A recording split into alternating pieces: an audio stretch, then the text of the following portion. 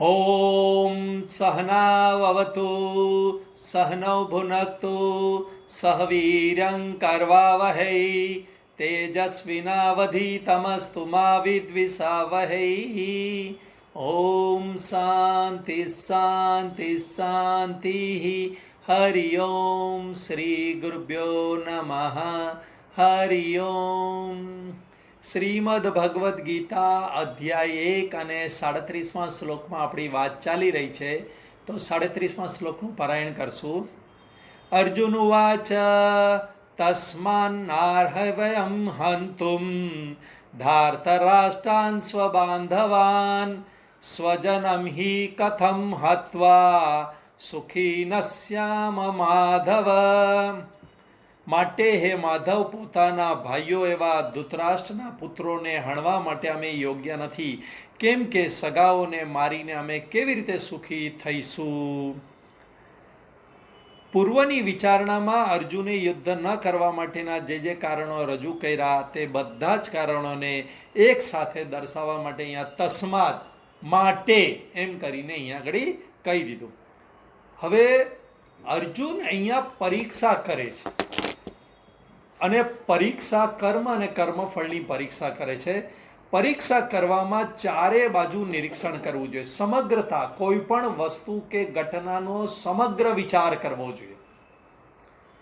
આપણે હંમેશા કોઈ પણ વસ્તુને પોતાના મોહ અથવા પોતાના રાગના ચશ્મા પહેરાવીને જ આપણે એને મૂલવીએ છીએ, અને માટે જ આપણે જીવનમાં ભૂલો કરીએ છીએ અને આપણે આપણા મનુષ્ય જીવનનો અમૂલ્ય સમય વેડફી નાખીએ છીએ.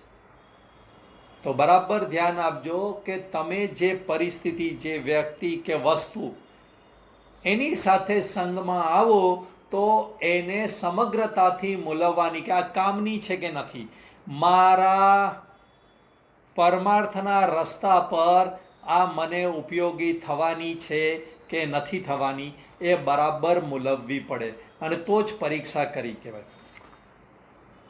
સામાન્ય રીતે દરેક વ્યક્તિ પરીક્ષા કરવા પાછળ 3 પ્રકાર હોય છે. દરેક જણ પરીક્ષા કેવી રીતે કરતો હોય તો કે પહેલું પોતાના સંસ્કારને અનુસાર, માત્ર અમુક દ્રષ્ટિકોણથી જ કર્મ અને કર્મફળની પરીક્ષા કરે, પોતાના સંસ્કારને અનુરૂપ. હવે ધારો કે કોઈ વ્યક્તિના સ્પોર્ટ્સના સંસ્કાર હોય, સ્પોર્ટ્સમેન હોય એટલે એને સ્પોર્ટ્સના સંસ્કાર હોય, તો એ કોઈ પણ પરિસ્થિતિને મૂલવશે ને તો કે આ જગ્યાએ સ્પોર્ટ્સ કરવો જોઈએ, આ જગ્યા બહુ મસ્ત છે, આ વ્યક્તિને સ્પોર્ટ્સમાં લેવો જોઈએ, મારી ટીમમાં લેવો જોઈએ, બસ આવી રીતે એ વ્યક્તિને મૂલવશે. ધારો કે બહેનો કોઈના પણ ઘરમાં જાય અને ભોજન બનતું હોય અથવા ખાતા હોય તો પોતાના સંસ્કારને અનુરૂપ ભોજનને મૂલવવાની કોશિશ કરે. ભાઈઓ તો જે ગમે એ ખાઈ લે, પતી ગયું. પણ બહેનો એક એની આમાં છે ને, આ રીતે ગરમ મસાલો વધારે છે, અને આ મરચું વધારે છે, અને આમાં થોડો ગોળ નાખ્યો તો સારું થાત, આમાં આ મિક્સ કર્યું તો, આ પોતાના સંસ્કારને અનુરૂપ કર્મ અને કર્મફળની પરીક્ષા કરે. એવી જ રીતે આપણે બધા પણ ભોગની પરીક્ષા કેવી રીતે કરીએ તો કે પોતાના સંસ્કારને નહીં, મીઠાઈની નાની પડવાની, મીઠાઈ તો રહેવા દેવાની, બાકી બધી આ તીખું બરાબર વધારે પડ્યું ને આમ ને તેમ ને, નહીં આ વસ્તુ તો મને ભાવે, પાઉની આઈટમ તો મને ભાવે, એટલે એ પાઉની આઈટમ રૂપી કર્મના પરીક્ષા એ પોતાના રાગને અનુરૂપ કરે, સંસ્કારને અનુરૂપ. એની અંદર સંસ્કાર પડી ગયા કે આ વસ્તુ વગર તો શરીર તંદુરસ્ત રહે નહીં, એટલે પછી એ વસ્તુને એ રીતે જ મૂલવે. ખાવાથી જ માણસ તંદુરસ્ત રહે. આવા સંસ્કાર આપણા ઘણા વર્ષો જૂના છે, માટે આપણે ખા કરીએ છીએ. ના, યુક્ત આહાર વિહારસ્ય યુક્ત ચેષ્ટસ્તુ કર્મ યુક્ત સ્વપ્નાવબોધસ્ય યોગો ભવતી દુઃખ. એટલે યુક્ત પ્રમાણમાં કરવું. મનમાં વિચારો કે ખા કરો તો તંદુરસ્ત રહેવાય, આ સંસ્કાર પડી ગયા. જેને ખાવાનાનો બહુ શોખ હોય, ખા કરતા, એની અંદર સંસ્કાર પડ્યા. એટલે આપણે કોઈ પણ કર્મ કે કર્મ ફળને આપણે પોતાના સંસ્કારને અનુરૂપ આપણે ઘટાવીએ છીએ. હવે જેવું સંસ્કારને અનુરૂપ કર્મ અને કર્મફળને ઘટાડવું એવી સમજ એ યથાર્થ, તેથી તેને બીજો પોઈન્ટ, યથાર્થ સમજ પ્રાપ્ત થતી નથી. જે વસ્તુ તટસ્થ ભાવથી મૂલવવાની હોય અને સાચી સમજ પડે, જેવી રીતે બે જણ ઝઘડતા હોય તો વચ્ચે તટસ્થ હોય, ધારો કે બે છોકરા ઝઘડતા એમાંની એક માં હોય ને, તો એને અનુરૂપ એના સંસ્કાર કે આ મારો દીકરો છે એટલે એને અનુરૂપ ઘટનાને ઘટાવે. મારા દીકરાનો તો વાંક ન જોઈએ. એટલે શું થાય તો કે યથાર્થ સમજણ પ્રાપ્ત ન થાય કે આમાં કોનો વાંક છે, કોનો નથી, આમાં કોને સુધરવાનું છે, એવો વાંક પ્રાપ્ત ન થાય. એવી રીતે આપણને પણ આ સમાજની અંદર આપણે આપણા સંસ્કારને અનુરૂપ પરિસ્થિતિ, વ્યક્તિ, વસ્તુ, સત્સંગ વગેરેને ઘટાવે. સત્સંગમાંથી પણ આપણને ગમે ને એવું આપણે પકડીએ. એટલે શું તો કે આપણા સંસ્કારને અનુરૂપ આપણે પકડીએ. કેવા વૈરાગ્યના સંસ્કાર છે, કેવા વિવેક છે, એને અનુરૂપ આપણે પકડીએ. કેટલું અંતઃકરણ શુદ્ધ છે એને અનુરૂપ પકડીએ. એટલે સમજણ પૂરેપૂરી ન થાય, પ્રાપ્ત ન થાય, શંકાઓ રહે. અને ઘણાને શંકા હોય તો હવે એ તો ચાલે, જેટલું ઉતર્યું એટલું યાર, જેટલું સાંભળ્યું એટલું સાચું, બાકી કંઈ બહુ પંચાત નહીં કરવાની, બહુ મગજમારી નહીં કરવાની, બહુ પ્રશ્નો નહીં પૂછવાના. એ વ્યક્તિને કર્મ અને કર્મફળની પરીક્ષા બરાબર થાય નહીં. હવે આવું થાય, સમજણ પાકી ન થાય એટલે ઠોકરો ગળે ગળે ખાય. ત્રીજો પોઈન્ટ, આપણને ઘડે ઘડે દુઃખ કેમ પડે છે? તો ઉલટા જવાનું. આપણને ઘડે ઘડે દુઃખ એટલે કે ઠોકર કેમ લાગે? તો કે આપણી સમજણ પાકી નહોતી. એકવાર એક વ્યક્તિ, વસ્તુ કે પરિસ્થિતિને ઓળખી લીધા અને પછી પાછા ચીટકવા જઈએ ને તો ઠોકર પર ઠોકર લાગવાની. તમને ખબર છે આ વ્યક્તિ મારી ઈર્ષા કરે છે, આ દ્વેષ કરે છે, આને મારો સત્સંગ ગમતો નથી, સત્સંગની વાત ગમતી નથી, અને ફરી ફરી તમે એની પાસે જાઓ અને એને, એટલે તમારા કર્તવ્યના દાયરામાં આવે એના સિવાયની વાત ચાલે છે. દીકરા દીકરીને તો કહે જ રાખવું પડે, પણ એના સિવાય પણ તમને ખબર પડી ગઈ કે આ વ્યક્તિ તમારી ઈર્ષા કરે છે, હવે તમે એને ચીટકવા જાઓ તો ઠોકર જ લાગે, ફરીથી મારે. એ તો એકવાર પરિસ્થિતિ ઓળખાઈ ગઈ, ધારો કે અત્યારે ઠંડી હવે વધવાની, આ પરિસ્થિતિ ઓળખાઈ ગઈ, તો આપણે એવી તૈયારી રાખીએ, આઈસ્ક્રીમ ન ખાઈએ, ફ્રીજનું ન ખાઈએ, વગેરે વગેરે વગેરે. પણ સમજણ જ નથી પડી. આખું વર્ષ ફ્રીજનું પાણી પીતા હોય, ફ્રીજનું ખાતા હોય, આઈસ્ક્રીમો ખાતા હોય, બધું ખાતા હોય, ચાલો આવવા દો ઠંડીની સિઝન હોય તો. એટલે ઠોકર પર ઠોકર લાગે, સમજણ નથી પ્રાપ્ત થઈ. એવું જ આપણા પરમાત્મા તરફ છે. પરમાત્મા તરફ ચાલવામાં ઘણા બધા સંબંધો બહુ હાનિકારક છે. જેટલા ઓછા ચીટકશો, જેટલા ઓછા સંબંધો છે, એટલું તમે પરમાત્મા તરફ ચાલવામાં તમને મન થશે ને સમય પણ રહેશે. એટલે કર્મ અને કર્મફળની પરીક્ષા આ અર્જુને કરી એવી રીતે કે ભાઈ આમાં તો મને કોઈ લાભ દેખાતો નથી યુદ્ધ કરીને, તો એ રીતે મને કોઈ સ્વજનોને મારીને સુખ દેખાતું નથી, એવી રીતે પરીક્ષા કરી. શત્રુ પક્ષે રહેલા કૌરવો પ્રત્યે પણ સંવેદનશીલ હતો. આ શ્લોકમાં આ મુખ્ય વાત છે. સામાન્ય રીતે આપણો દુશ્મન હોય ને એના પ્રત્યે સંવેદના ન હોય.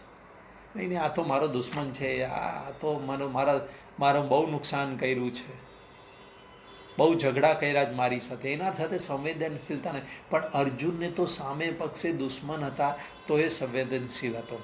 તેની પ્રતિથી હવે અહીંયા આગળના શ્લોકમાં થશે. એટલે પ્રબળ લોભરૂપી દોષનું પણ સૌમ્યતાથી નિરૂપણ કરે છે.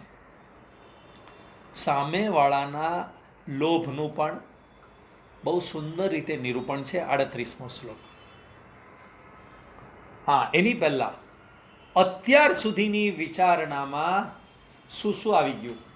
તો પહેલી વાત અત્યાર સુધીની વિચારણામાં એ આવી કે શ્રેય અને પ્રેયને જુદા જાણી લો. કર્મ અને કર્મફળને જોડીને નહીં જુઓ, જુદા જુઓ. આ કર્મ કર્યું, આ ફળ છે, પણ આવું કર્મ કરીશ તો આવું જ ફળ મળશે, આવું જોડીને નહીં જોવાનું. કર્મ કરતા રહેવાનું, મારું કર્તવ્ય છે. ફળ સારું મળે પણ ખરા ને ન પણ હું જ્યારે જ્યારે પણ કંઈક નવી વેરાયટી બનાવું છું ત્યારે લોકો મારા વખાણ કરે છે. આ કર્મ અને કર્મફળને જોડીને નહીં, બધાને ભાવે છે, મારે નવી વેરાયટી બનાવવાની, પતી ગયું. મારા વખાણ કરે કે ના કરે.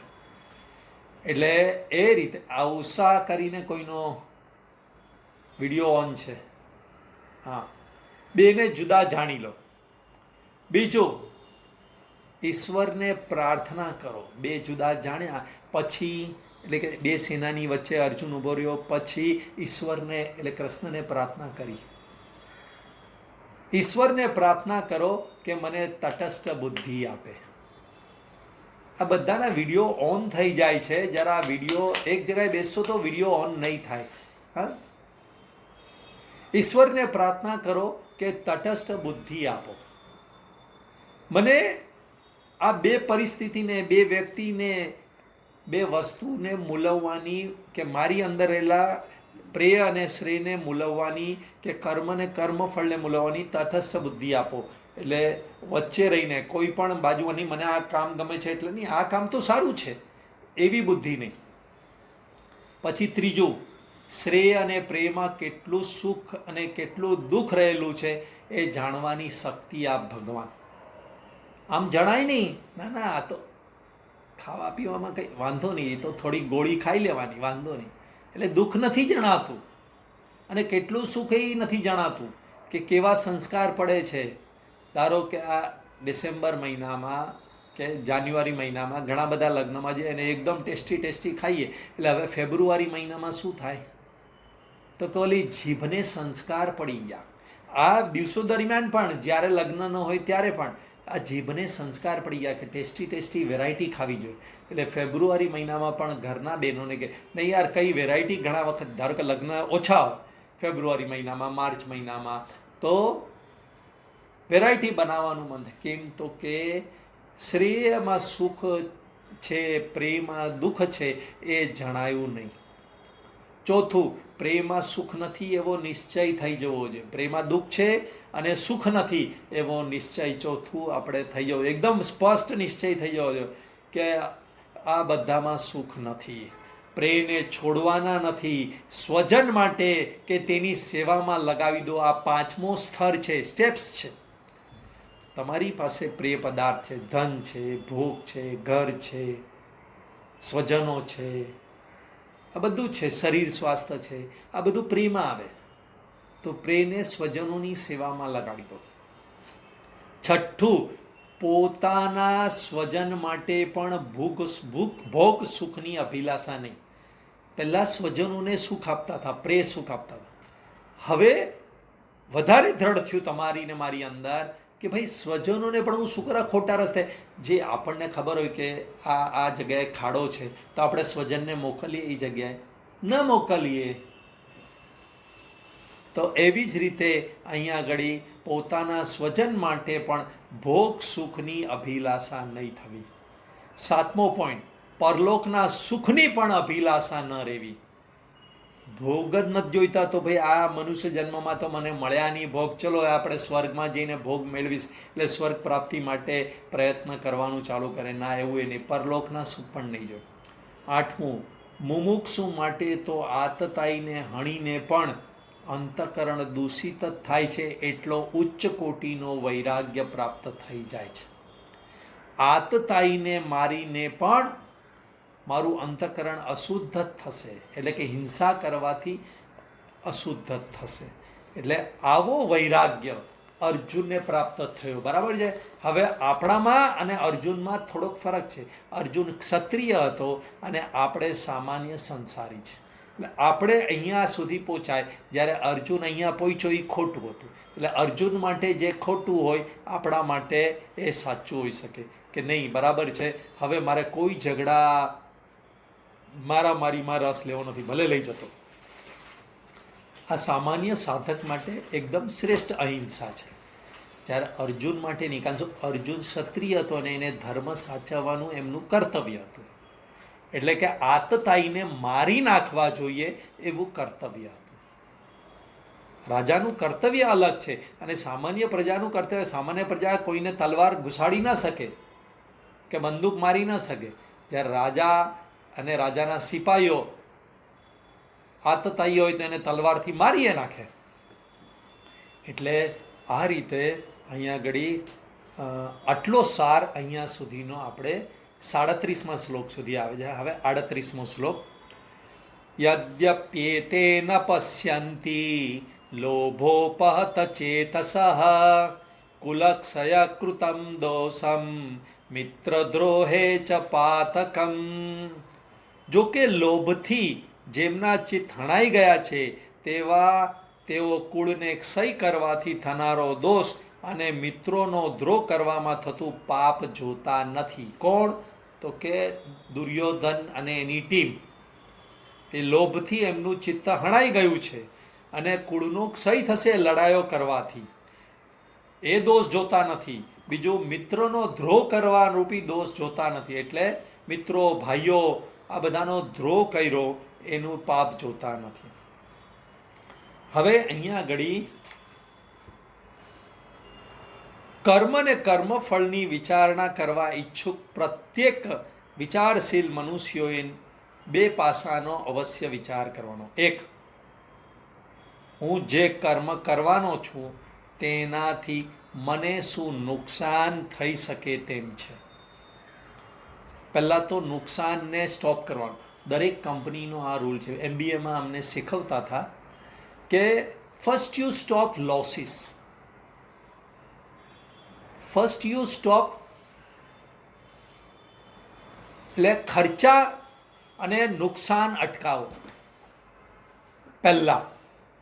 એટલે એવી જ રીતે અહીંયા પણ શાસ્ત્રમાં પણ કહે છે કે સૌથી પહેલું હું કર્મ કરવાનો છું તેનાથી મને નુકસાન શું છે, અને બીજું હું જે કર્મ કરવાનો છું તેનાથી બીજાને નુકસાન શું છે.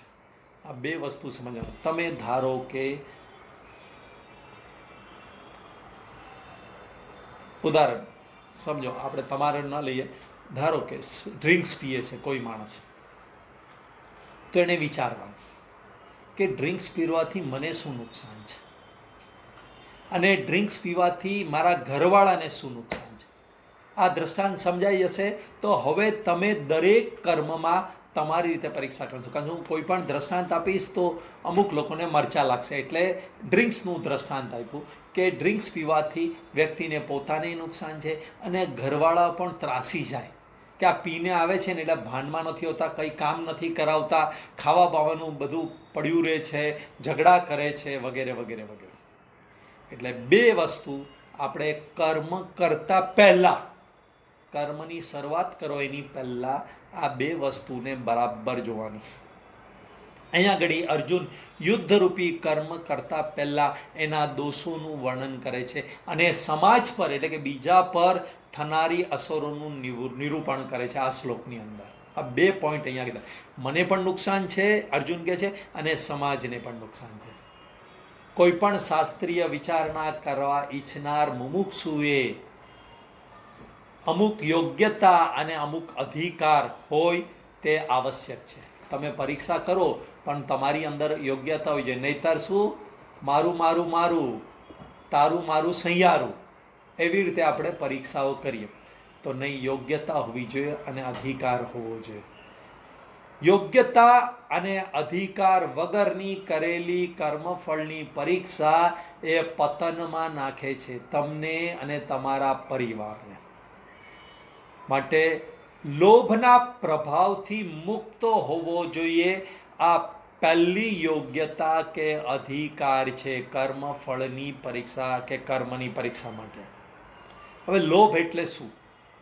તો લોભ એટલે જે સુખ પ્રાપ્ત થયું છે તે કાયમ ટકી રહે અને તેમાં વધારો થતો રહે તેવી ઈચ્છાને લોભ કહેવાય. જે વસ્તુથી, વ્યક્તિથી, પરિસ્થિતિથી સુખ પ્રાપ્ત થયું છે એ કાયમ ટકી રહે અને વધારો થતો જાય. આ લોભથી ગ્રસ્ત થયેલા મનુષ્યો કર્મ અને કર્મફળની પરીક્ષા બરાબર કરી શકતા નથી. હવે લોભનું બીજું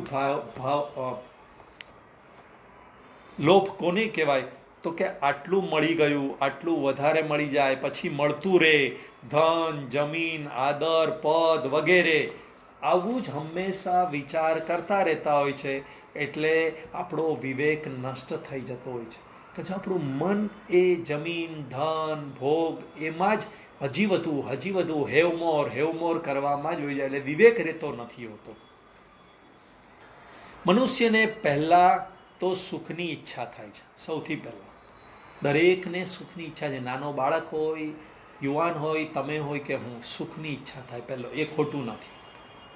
પરંતુ તેની પ્રાપ્તિનો પ્રયત્ન કરવામાં ગડબડ કરીએ છીએ. આપણે સંસારમાં તેની પ્રાપ્તિનો પ્રયત્ન કરવા જઈએ છીએ, એમાં આ ગડબડ થાય છે. અને એટલા માટે થઈને આપણે પતનને પામીએ છીએ. હવે સંસારમાં પ્રયત્ન કરવા જઈએ તો શું થાય? તો કે લાભ પણ મળે અને નુકસાન પણ થાય. નુકસાન થાય તો દુઃખી થઈએ, લાભ મળે તો લોભ વધે, અને લોભ પણ દુઃખનું પાપનો બાપ લોભ, એટલે લોભ પણ નુકસાનકારક છે, દુઃખદાયક છે. લોભી વ્યક્તિ કોઈ દિવસ સુખપૂર્વક એણે ભેગા કરેલા પૈસા કે ભોગ વાપરી શકતો નથી. દુઃખદાયક છે. બીજા વાપરતા હોય તો એ દુઃખ પડતું હોય. એટલે લોભ, સામાન્ય રીતે સમાજમાં લોભ એ અર્થ એટલે કે પૈસા પૂરતો સીમિત છે. ના, લોભ પૈસા પૂરતો સીમિત નથી. ભોગ સુખ પણ લોભ લાવે છે.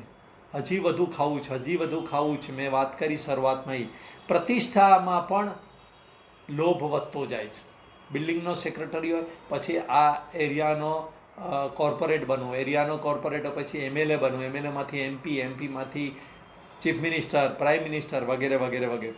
પ્રતિષ્ઠા, સત્તા વગેરે જેટલા પણ પ્રમાણમાં મળ્યા હોય તેનાથી અધિક જ જોઈએ. આ તમને બધાને ખબર છે. મેં એકવાર વાત કરેલી કે એક સાધક પર ભગવાન પ્રસન્ન થયા એની ભક્તિથી, કે શું જોઈએ? તો કે ભગવાન તમે જેટલું આપી શકો ને એનાથી થોડુંક વધારે જોઈએ. આને કહેવાય લોભ. ધન, ભોગ અને પ્રતિષ્ઠા વગેરેના ક્ષેત્રમાં જેમ જેમ સફળતા મળતી જાય તેમ તેમ લોભ પણ વધતો જાય છે. તે થોભવાનું જાણતો નથી. એટલે જ ગુજરાતીમાં કહેવત બની છે, લોભને થોભ નથી. ધન જેટલું વધશે, ભોગ જેટલા વધશે, પ્રતિષ્ઠા જેટલી વધશે, સત્તા જેટલી વધશે, હજી અટકવાના નહીં. જ્યાં સુધી વૈરાગ્ય પ્રાપ્ત નહીં થાય, સત્સંગ દ્રઢતાપૂર્વક ઉતરશે નહીં, નિશ્ચય બરાબર નહીં થશે કે પ્રેમમાં સુખ નથી, ત્યાં સુધી આ લોભ અટકવાનો નહીં. અને માટે જ લોભ અહીંયા કેમ આવ્યો? તો કે દુર્યોધનને લોભ થઈ ગયો હતો. દુર્યોધનમાં લોભ હતો કે આનું રાજ્ય છે, એટલે એણે રાજ્ય છીનવી લીધું.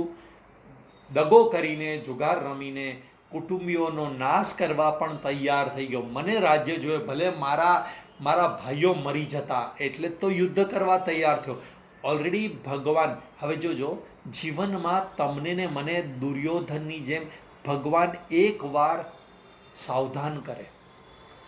વિરાટના યુદ્ધમાં ભગવાને એટલે પરમાત્માએ દુર્યોધનને સાવધાન કર્યો કે અર્જુન સામે તું ટકી શકે એમ નથી, મરી જશે. ચાલ આ વખતે એકવાર, પહેલી વાર તને માફ કર્યો, તને ખાલી બેહોશ કર્યો, તું હારી ગયો, છતાંય એ સુધર્યો નહીં. આપણા બધાનું પણ એવું જ છે. લોભને લીધે આપણે ઠોકર પર ઠોકર ખાઈએ પરંતુ સુધરતા નથી. બીમારીઓ આવે છતાંય ખાવા પીવાનું, મોજ શોખ, ભોગ બધા છોડતા નથી.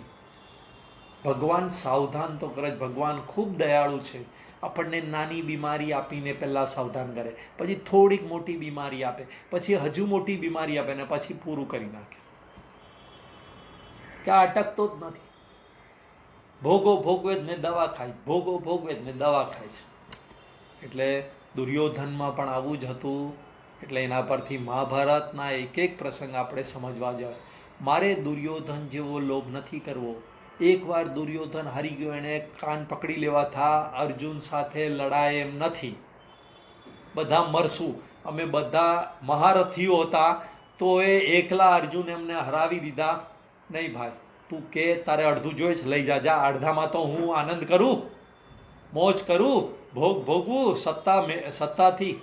પણ નહીં, લોભ હતો. મારે એને સોયની અણી જેટલી પણ જમીન આપવી નથી. બોલો હવે આનાથી વિશેષ લોભ શું હોઈ શકે? આપણે બધા પણ કંઈક અંશે લોભથી પીડાઈએ છીએ. લોભ દૂર કરવા શું વિચારવું જોઈએ? તો કે આ ધન રાજ્ય કેટલા દિવસ રહેશે? વિચારવું. લોભ દૂર ન થતો ને તો બેસો, રોજ સવાર કે સાંજ ધ્યાનમાં બેસો કે ભાઈ મને ધનનો લોભ છે, ધન માટે હું કેટલું દોડું છું, કે મારા પતિ કેટલા દોડે. તો પતિ સાથે આ ધ્યાનમાં બેસજો. આ વર્ગ આ સત્સંગને નું ધ્યાન કરજો, આ સત્સંગનું ધ્યાન કરજો, મનન કરજો પતિ સાથે બેસીને કે ધન કેટલું કમાવું છું, રાજ્ય કેટલા દિવસ રહેશે, ધન કેટલા દિવસ રહેશે, સત્તા કેટલા દિવસ રહેશે, જે પણ હોય તમારી પાસે. અથવા તો આ બધું રહેશે તો અમે નહીં રહીએ, આપણે નહીં રહીએ, આપણે કેટલા દિવસ રહેશું? પાછું સંયોગથી જેટલું પણ સુખ મળે છે ને એટલું જ તીવ્રતાથી દુઃખ પણ મળે છે એના વિયોગનું. ધન ન હોય ઝુંપડપટ્ટીવાળાને એટલું દુઃખ ન પડે, પરંતુ 4 બેડમાં રહેતો હોય ને એને ઝુંપડપટ્ટીમાં રહેવું પડે તો બહુ દુઃખ પડે. જમીન પરથી પડનારને એટલું વાગે નહીં, પણ હાથી પરથી પડનારને હાડકાં ભાંગી જાય. બસ એવી જ રીતે આ ધન કે ભોગો કેટલા દિવસ રહેવાના, અથવા આપણે નહીં રહેવાના. તો શું કરવા? આપણે લોભ કરીએ છીએ. અને આ સંયોગથી, ગાડીનો સંયોગ થયો, સુખ થયું. હવે ગાડીને કંઈ પણ થયું, ગાડી વાપરવા ન મળે, ગેરેજમાં ગઈ, અથવા તો દીકરી વાપરવા માંગે તો દુઃખ થાય. તને કીધું હાથ નહીં લગાડવાની ગાડીને, તો એ ગાડીને હાથ લગાડે છે, એટલે દુઃખ થાય. સંયોગનું સુખ મેળવ્યું ને એટલે દુઃખ થવાનું. હવે લડાઈથી શું ફાયદો છે? આ તો ત્યાં મહાભારતની લડાઈ છે, પણ આપણા ઘરમાં પણ લડાઈ હોય તેનાથી શું ફાયદો? તો કે સમય, શક્તિ ને સંપત્તિનો નાશ છે. કેટલા લોકો તો કેટલાય વર્ષો સુધી કોર્ટની લડાઈઓ કરે રાખે છે, કોર્ટના કેસ ચાલતા હોય, લડાઈઓ કરે રાખે. એમાં સમય, શક્તિ અને સંપત્તિનો નાશ થાય છે, ચિંતાઓ વધે છે, મુસીબત વધે છે, મન મલિન થાય છે, મતભેદ વધે છે, વેર થાય છે. આવું દ્રોણ અને દ્રુપદનું જો મયરા નહીં ને ત્યાં સુધી એ બંને વચ્ચે વેર હતો. એકાદ ખરાબ 2-4 કડવા વેણ બોલ્યા તો એનાથી જિંદગીભરનું વેર રહે છે. માટે વાણી અને પાણી ગાળીને વાપરવું. એટલે લડાઈથી કોઈ ફાયદો નથી. વસ્તુનો અભાવ દુઃખદાયક છે કે મળ્યા પછીનો અભાવ? તો કે મળ્યા પછીનો અભાવ દુઃખદાયક છે. કારણ એ વસ્તુની પરતંત્રતા થઈ ગઈ હતી, એ વસ્તુના સંસ્કાર પડી ગયા હતા, માટે હવે સંસ્કારને વિરુદ્ધ કરવું પડે, પરતંત્રતામાંથી છૂટાય નહીં, માટે દુઃખ થતું હોય છે. છતાં પણ મનુષ્યોની ભૂલ શું થાય છે? તો કે જે વસ્તુનો અભાવ છે તે મેળવવાની કોશિશ કરે છે. મેળવ્યા પછી અભાવ થશે તો વધુ દુઃખ થશે. એટલે તમારી ને મારી પાસે જેટલો અભાવ છે ને બધું બરાબર છે. અભાવ વાળી વસ્તુને મેળવવાની કોશિશ કરશો, મળશે તો એનો વિયોગ થવાનો, તો પછી વધારે દુઃખ થશે. માટે આ ભૂલ નથી કરવાની. જેટલું પણ ભગવાને આપ્યું છે એમાં ચલાવતા શીખીએ આપણે. સંસારનું સુખ શેને લીધે મળે છે? કોઈક ને કોઈક દોષને લીધે જ સંસારનું સુખ મળે છે. લોભ હોય તો વસ્તુના સંયોગથી સુખ, આ લોભરૂપી દોષ. મોહને લીધે કુટુંબીઓનું સુખ, મારો દીકરો મોહ, એણે પૈસા કમાયા, સુખ. બસ મોહને લીધે સુખ પ્રાપ્ત. હવે બાજુવાળાના દીકરા પ્રત્યે મોહ નથી તો એને કમાણી કરી તો એનું કંઈ સુખ ન હોય આપણને. એટલે બીજો દોષ, લોભથી વસ્તુના સંયોગનું સુખ, મોહથી કુટુંબીઓથી સુખ, લાલચથી સંગ્રહનું સુખ. લાલચરૂપી દોષથી સંગ્રહ કરો. લાલચી માણસને સંગ્રહનું સુખ હોય. અમારી પાસે આટલા પૈસા, પાસબુક જોયો રાખશે, તિજોરીમાં પૈસા ગણે રાખશે. જો દોષ ન હોય તો સંસારનું સુખ સંભવી શકે એમ જ નથી. આ 3 કીધા, બાકીના તમે દોષનો વિચાર કરી લેજો. અહીંયા ઘડી આપણે અટકીએ છીએ. આગળની થોડીક વાત છે, આવતા વખતે કરશું. ઓમ પૂર્ણમદ પૂર્ણમિદમ પૂર્ણાત પૂર્ણમુદચ્યતે પૂર્ણસ્ય પૂર્ણમાદાય પૂર્ણમેવાવશિષ્યતે. ઓમ શાંતિ શાંતિ શાંતિ. હરિ ઓમ. શ્રી ગુરુભ્યો નમઃ. હરિ ઓમ. હરિ ઓમ બધાને. હરિ ઓમ. હરિ ઓમ.